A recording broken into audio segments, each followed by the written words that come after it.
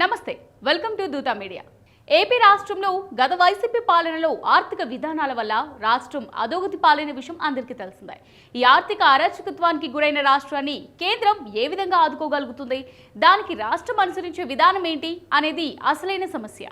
13 లక్షల కోట్ల అప్పులో కూరుకుపోయిన రాష్ట్రం ఏటా 40,000 కోట్లు అసలు వడ్డీ చెల్లించాల్సి ఉంది. కేంద్రం ప్రత్యేక దృష్టితో చూస్తే తప్ప రాష్ట్రాన్ని నిలదొక్కుకోవడం కష్టమని ఆర్థిక నిపుణులు చెబుతున్నారు. ఒకవేళ సహాయం ఎంత మేర చేస్తుంది, ఎలా చేస్తుంది, డబ్బులు నెల నెలా పంచుతాను అంటే కేంద్ర నిబంధనలు అంగీకరించవు. అప్పులిచ్చేవారు కూడా ఇవ్వరు. గత వైసీపీ ప్రభుత్వం ఆస్తులు తాకట్టు పెట్టి రాబోయే కాలానికి వచ్చే ఆదాయాన్ని కూడా తాకట్టు పెట్టి అభివృద్ధి చేస్తానని చెప్పి అప్పులు తీసుకొచ్చి నిధులను ఉచితాలకు మళ్లించింది. సరే, 1-2 సంవత్సరాలు చూశాక కూడా అప్పు చేసిన ధనం అభివృద్ధి మీద వెచ్చించలేదు. ఇక అప్పు ఇవ్వడం కుదరదని కేంద్రం అనలేదు. అప్పులు ఇచ్చే సంస్థలు ప్రశ్నించలేదు. నిబంధనలకు విరుద్ధంగా రకరకాల ఆస్తులను కుదువ పెట్టుకుని అప్పులు ఇచ్చివేశాయి. అయ్యగారు తన జేబులో నుంచి ఇస్తున్నట్టు, తన కష్టంతోని చెమటూడ్చి సంపాదించిన సొమ్ము నుండి ఇస్తున్నట్టు తన ఫోటోలు వేసుకుని పనిచేశాడు. కేంద్రం నిధులు ఇవ్వడానికి అనేక నిబంధనలు ఉంటాయి. రోడ్లు, ఉపాధి హామీ పథకం, పేదలకు పక్కా ఇల్లు, జాతీయ ప్రాజెక్టులకు నిధులు, రైల్వే లైన్లు, నేషనల్ హైవేలు, పోర్టులు, విమానయానం ఇలాంటి వాటికి నిధులు సమకూరుస్తుంది. కానీ నెల నెలా పంచుతామంటే ఇచ్చే అవకాశం లేదు. అభివృద్ధి పనులకు ఖర్చు చేస్తామని చెప్పి కేంద్రం ఇచ్చిన నిధులను ఉచితాలకు దారి మళ్లించారు. ఈ పరిస్థితి ఒక ఏపీలోనే కనిపిస్తోంది. దేశంలో ఏ రాష్ట్రంలో ఈ పరిస్థితి లేదు. సుస్థిర ప్రభుత్వాలు ఏర్పడకపోవడం వల్ల అధికారం కోసం ఒక పార్టీని మీరి మరొక పార్టీ ఉచితాలను ప్రకటించి రాష్ట్రాన్ని అప్పుల ఊబిలోకి నెడుతున్నాయి. పోనీ పేరు కోసం, గొప్ప కోసం దారిద్ర్య రేఖకు దిగువనున్న వారికి ఏమైనా పంచుతున్నారంటే అది లేదు. తమ ఆహాన్ని సంతృప్తి పరచడం కోసం కులాలను, మతాలను రెచ్చగొట్టడం, భారీ విగ్రహాలను సైతం కులమత రాజకీయాల కోసం వాడుకోవడం చూస్తూనే ఉన్నాం. కోర్టులు కూడా తేనె తుట్టి లాంటి ఎన్నో సమస్యలకు పరిష్కారాలు చూపిస్తున్నాయి. కానీ అవినీతి నాయకులను మాత్రం ఏం చేయలేకపోతున్నాయి. అవినీతి నేతలకు 15-20 సంవత్సరాలు కూడా శిక్షలు అమలు చేయలేకపోతున్నాయి. గతంలో ఉమ్మడి రాష్ట్రంలో చంద్రబాబు అమలు చేసిన ఆర్థిక విధానాల వల్ల రాష్ట్ర ఆదాయం పెరగడంతో ఆ తర్వాత వచ్చిన వైఎస్ఆర్ కిరణ్ కుమార్ అధికారాన్ని ఆస్వాదించారు. ఆదాయ లెక్కలను అంచనా వేసిన కేసీఆర్ రాష్ట్రం విడిపోతే వచ్చే ఆదాయం అంతా ఒక తెలంగాణ అనుభవించొచ్చునని స్వార్థంతో విభజన ప్రణాళికలు రచించి కాంగ్రెస్, బీజేపీ అండతో ఉద్యమం తీసుకురావడంతో విభజన సాకారం చేయగలిగాడు. ఆర్థిక దోపిడీని కప్పిపుచ్చేందుకు, ప్రజలను ఏమార్చడానికి ఉచితాలను ఎరవేస్తున్నారనేది విశ్లేషకుల అభిప్రాయం. వైఎస్ఆర్ చేసిన 1,000 కోట్ల అవినీతిని కప్పిపుచ్చేందుకు, ఆయన దేవుణ్ణి చేసేందుకు ఊరూర విగ్రహాలు నెలకొల్పి ఆయనకు విశ్వసనీయుడు, నిబద్ధత కలిగిన వాడు, పేదల పక్షపాత అనే రకరకాల ట్యాగ్ లైన్లు కల్పించి భూతద్దంలో చూపించే ప్రయత్నం చేసి విజయం సాధించారు. అప్పుడు వైఎస్ఆర్ అండతో చేసిన అవినీతి నేడు వైసీపీ అధినేతను వెంటాడుతుంది. చనిపోయాడు కాబట్టి వైఎస్ఆర్ దేవుడయ్యాడు. కేసులు చుట్టుముడుతున్నాయి కాబట్టి తనను తాను నిరూపించుకోవాల్సిన పరిస్థితి వైసీపీ అధినేతకు ఏర్పడింది. ఇదంతా కోర్టులు కేసులను సకాలంలో తేల్చకపోవడం, వర్వాజులు అవినీతి జరగలేదు కాబోలు.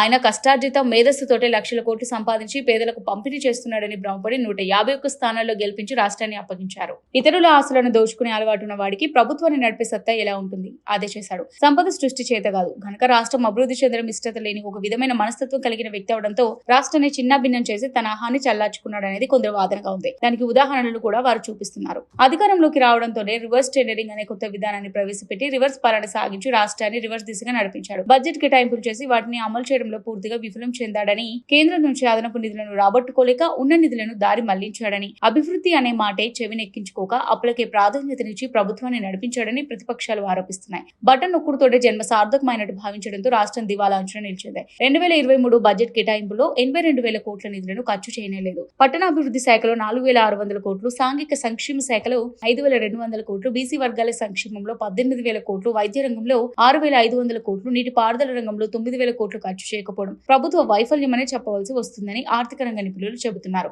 ఉన్న నిధులు ఖర్చు చేస్తే కేంద్రం వాటంతట అదే కొత్త నిధులు ఇస్తుందని నిపుణులు చెబుతున్నారు. ఉన్న వాటినే ఖర్చు చేయకపోతే కొత్తవి ఎలా వస్తాయని ప్రశ్నిస్తున్నారు. నిధులు సక్రమంగా రాబట్టుకుంటే ప్రత్యేక హోదా కూడా అవసరం లేదని కూడా చెబుతున్నారు. ప్రత్యేక ప్యాకేజ్ నిధులను కూడా వైసీపీ ప్రభుత్వం రాబట్టుకోలేకపోయింది. తాగునీటి ప్రాజెక్టులకు ఇచ్చిన 5,350 కోట్లలో కేవలం 430 కోట్లు మాత్రమే ఖర్చు చేసింది. రక్షిత మంచినీటి సరఫరా అమృత్ పథకం కింద రెండవ నిధులు 8,078 కోట్లు కేంద్రం కేటాయిస్తే అందులోనూ కేవలం 360 కోట్లు మాత్రమే ఖర్చు చేసింది. తొలి దశలోనూ 1000 కోట్ల మించి ఖర్చు చేయలేకపోయారు.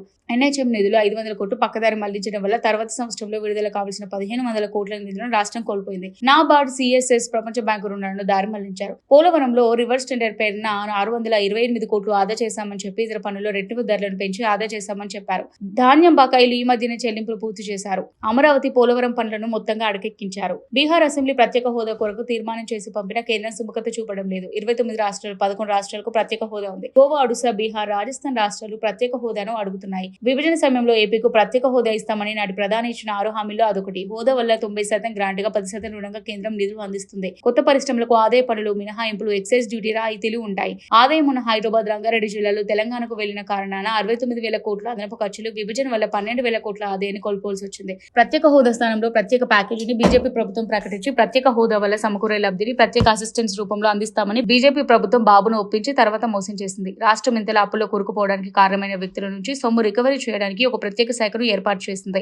ప్రభుత్వ పెద్దలు విమాన ప్రయాణాలు, హంగులు, ఆర్భాటాలు, సభలు, సమావేశాలు తగ్గించుకుని ఆదా చేయాలి. నిజమైన అర్హులకు మాత్రమే పథకాలు అందించి అనర్హులను ఏరివేయాలి. యాతావాత నెలకు 5,000 కోట్లు బటన్ నొక్కుతున్నారు. సంవత్సరంకు వెచ్చించే మొత్తం అప్పులకు అసలు వడ్డీ 40,000 కోట్లు మొత్తం లెక్కిస్తే 7 లక్షల కోట్లకు పైగా వీటికే ఖర్చు అవుతుందని తెలుస్తోంది. అంటే బడ్జెట్ లో సగం నిధులు పెన్షన్లు, అప్పులకే చెల్లించాల్సిన పరిస్థితి ఏర్పడుతోంది. ఈ 5 సంవత్సరాలు ప్రభుత్వం నడవాలంటే కొత్త అప్పులు చేయక తప్పదు. అదొక 10,000 కోట్లు అవుతుంది. గృహ నిర్మాణాలకు కేంద్రం ఎలాగో నిధులు సమకూరుస్తుంది కాబట్టి విద్య, వైద్యం, ఆహారం, వృద్ధాప్య పెన్షన్లకు ఎంతవరకైనా ఖర్చు చేయొచ్చు. కానీ మిగతా అన్ని రకాల ఉచితాలు ఎత్తివేయాలని మరికొందరు కోరుతున్నారు. గత ప్రభుత్వ అవినీతి అధికారులు, వైసీపీ నాయకుల మీద చర్యలు తీసుకోవాలని టీడీపీ కార్యకర్తలు బాబుపై ఒత్తిడి చేస్తున్నారు. కత్తి మీద సాములో ఉంది బాబు పరిస్థితి. ఇది వాళ్ళ special story. Keep watching Dootha media.